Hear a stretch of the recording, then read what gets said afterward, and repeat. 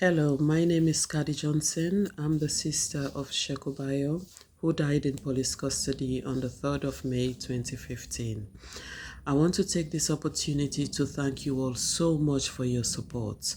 You have supported me and my family up until this time as we go through the public inquiry. The public inquiry has been going on for over a year now, and as you may know, it is not easy. It's not easy going to the inquiry and hearing all what happened to my brother. So I want to thank you all for you being there for me. Thank you all for your support as you stand outside Festival Square each time the inquiry starts. I really appreciate that. My mother, my sisters, Sheku's two boys, we all really appreciate your efforts and your support. So I thank you again. As you may know, we are in for a long haul. The inquiry is still going on up until next year.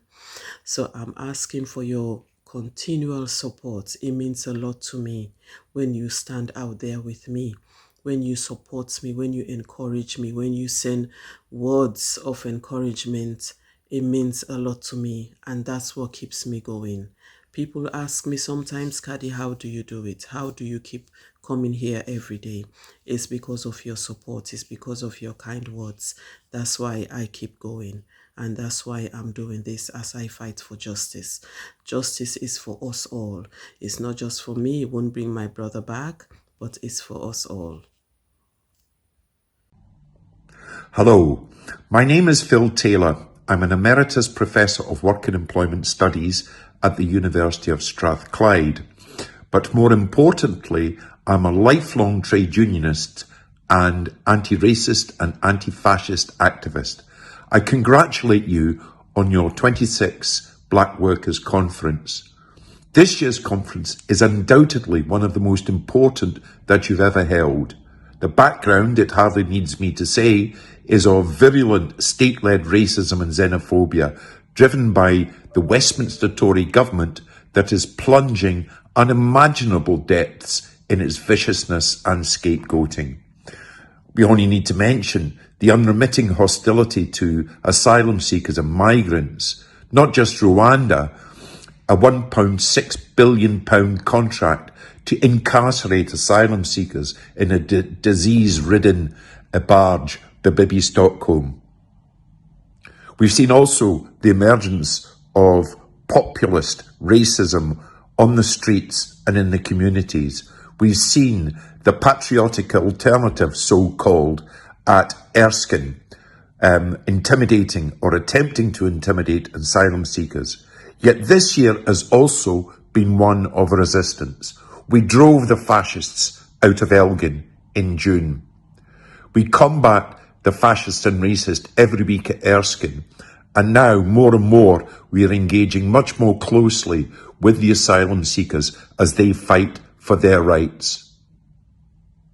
And if trade unions have been central to many of the key activities in Scotland this year, we can see that in the March 18th Stand Up to Racism demonstration. The role that the STUC has also played in the ongoing Sheko Bayou campaign at the inquiry through in Edinburgh.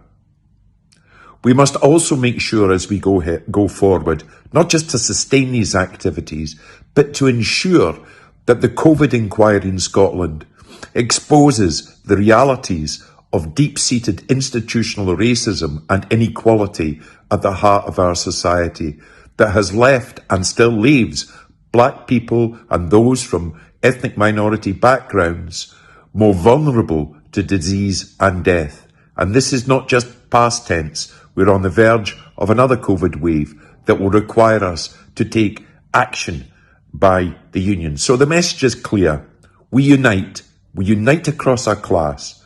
We fight all divisions that seek to exploit tension between us.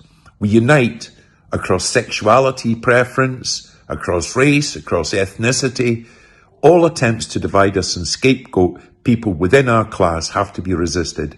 Unity is strength. There is no progress without struggle. Hi there, my name's Tony. I'm a postman. I work for Royal Mail. I've been a postman in the Govan Hill area for 20 years. in the last 10 years during that time working with Royal Mail. Since the privatisation, the situation's got worse. The work they put on the rank and file has more than doubled, yet we're getting less pay, and obviously everybody's struggling just now. Everybody's struggling. So the strikes took place, and when we were on strike, a group called the Southside Solidarity Group, it's a mouthful, joined us and fought with us on the picket lines, and there was a massive bond there. And although we didn't get a victory, it created something, and it was something that I found quite inspiring. And since that time, I've been involved with the trade unions. The thing that's been disappointing is we're divided, and when we shouldn't be. The solidarity that we felt during the strikes was unbelievable. The feeling we felt and the friendships that were created and the bonds that were created during that time is something that doesn't go away. It's always there. And during these struggles you realise we're all fighting the same people. We all have different types of struggles, we're all going through different things, there are all different levels of them. However, it's the same people we're fighting, and we need to start sticking together. Since working with the trade unions, I've noticed that they all like their own individual voices, and rather than having general strikes, we all fought in separate fights, and nobody's winning them. Nobody's winning them. So we need to get together. You'll see the strength in people, you'll see the harmony in people when you're all fighting together. So, I mean, it's just something you should think about anyway. So enjoy your conference, hope it all goes well, and Heike Bar. Hello, I'm Conrad Landing, co-treasurer of the Glasgow branch of the National Union of Journalists. Our branch sends its solidarity to the STUC Black Workers Conference. Your conference and your committee has shown real leadership for the trade union movement, not only in the struggles against worker exploitation, but also in the wider struggle for a just and equal society. Your continued campaigning for justice for Sheku Bayo has been crucial to establishing the public inquiry and holding it to account. Our branch is proud to have supported that campaign. For the NUJ, striving for equality means not only challenging discriminatory workplace practices, but also challenging racist narratives in the media and telling the stories of the black workers who built our movement. Solidarity.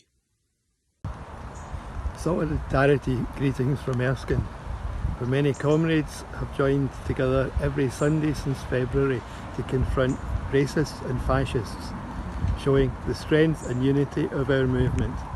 Our movement is greater when we work together, despite our differences, against a common enemy.